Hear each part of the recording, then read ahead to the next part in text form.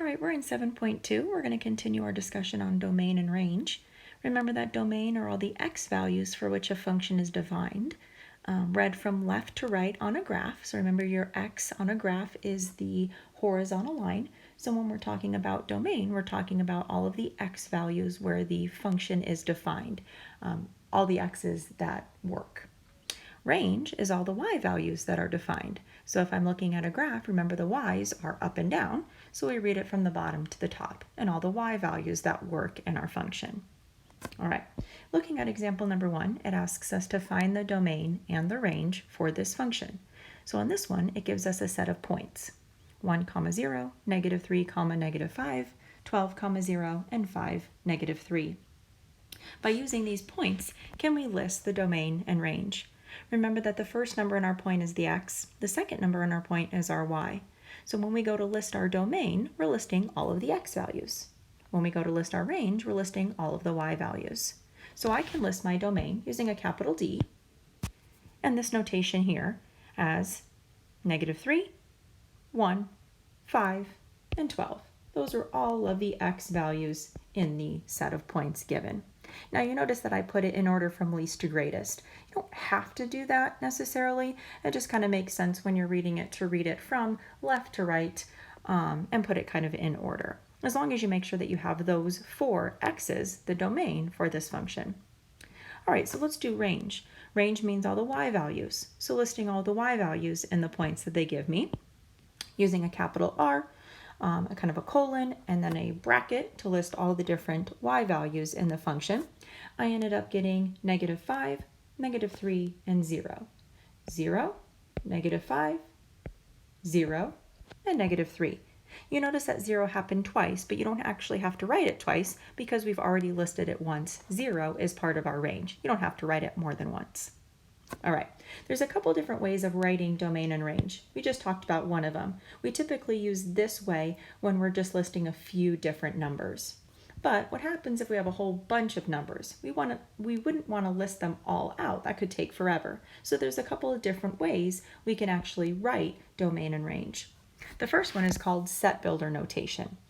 It looks like this. If I was listing domain, we would use a capital D, we would use a colon, we would start off with a little bracket, and how you would read it is, this is the set of all x's such that, and then you list your conditions for x, such that x is greater than 5, or whatever it might be, and then you end with another bracket.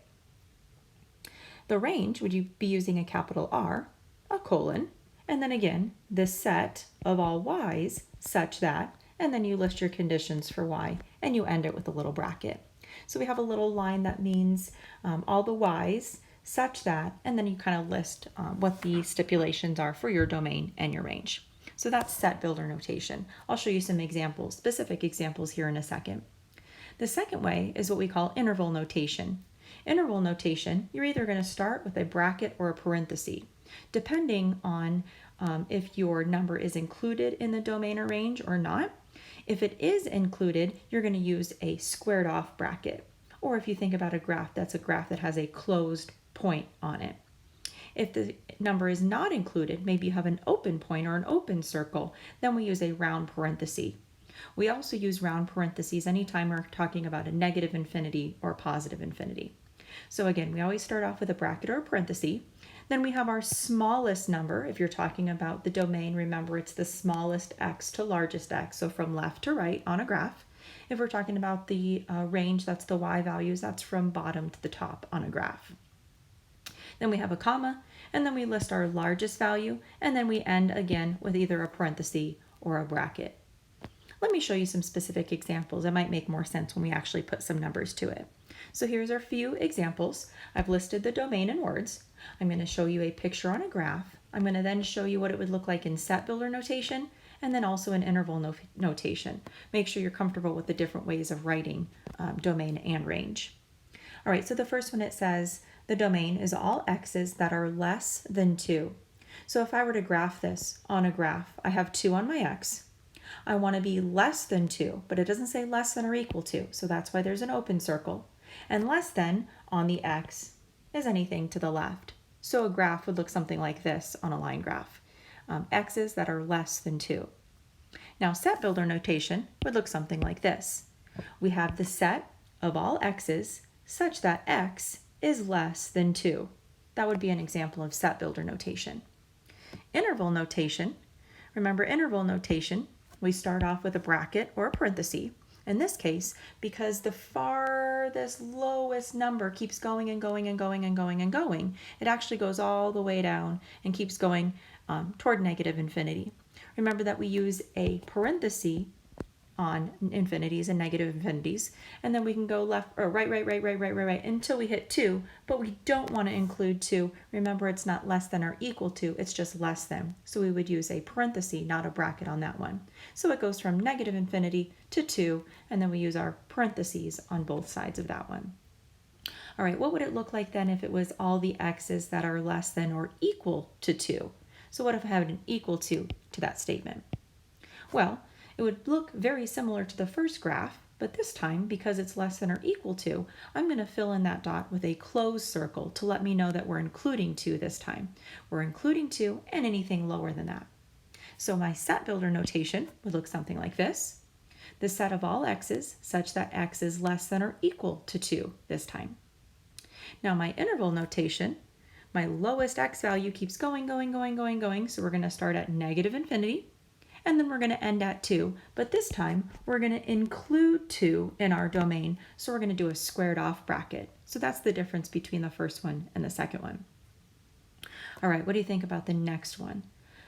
All x's greater than 4. So do you think you can graph it? If I want greater than 4 on the x, it doesn't say greater than or equal to, so I'm going to do an open circle. And this time, if I want greater than 4, I want everything to the right side. So I'm going to put an arrow to the right. Okay, what do you think set builder notation would look like? Set builder notation would be something like the set of all x's such that x is greater than 4 this time. Okay, what about interval notation? What's the lowest x value it looks like on this one? We want to start at 4, but we don't want to include it. And then we want to keep going and going and going and going and going. So I'm going to use my interval notation and have it look like this. I have a parenthesis because we're not including 4, but we want to start at 4. And then we want to keep going and going and going until we keep going to positive infinity, making sure that we put a parenthesis, not a bracket, on any of our infinities, positive or negative. All right, look at the last one. This one says all x's except for 1. So that means I can be any x value except for 1. What would the graph of that look like? Well, I don't want to include 1, so I want to make sure that I have an open circle there. But anything lower than that would work, less than. Anything greater than that would work. So I can shade to the left, I can shade to the right, but I want to make sure that I don't include 1. So I'm going to put an open circle there. All right, here's my set builder notation. The set of all x's such that x can be anything except for 1. So x just can't equal 1. Okay, my interval notation is a little bit tricky because I have lots of numbers that I can include, right? And so what's the lowest x value? Well, don't I keep going and going and going and going and going low, all the way to negative infinity? So I include negative infinity, but I've got to stop at 1. I don't want to include 1, so I want to make sure that I put a parenthesis. But then I want to include everything on the other side of 1, don't I? I don't want to include 1, and then I want to keep going and going and going to positive infinity. This is what our interval notation would look like. I want to go from negative infinity to 1, making sure that I put parentheses on both sides. And then I want to go again from 1 to positive infinity, again putting parentheses on both sides because I can't include 1. Sometimes you'll see this little U or union sign that lets us know that we're including both pieces in our domain. Sometimes you see a comma, but sometimes you see that union sign. So that's what that means. All right, make sure that you're comfortable writing the different types of interval and set builder notation for both domain and range. We'll do a few more examples here in a second in the next video.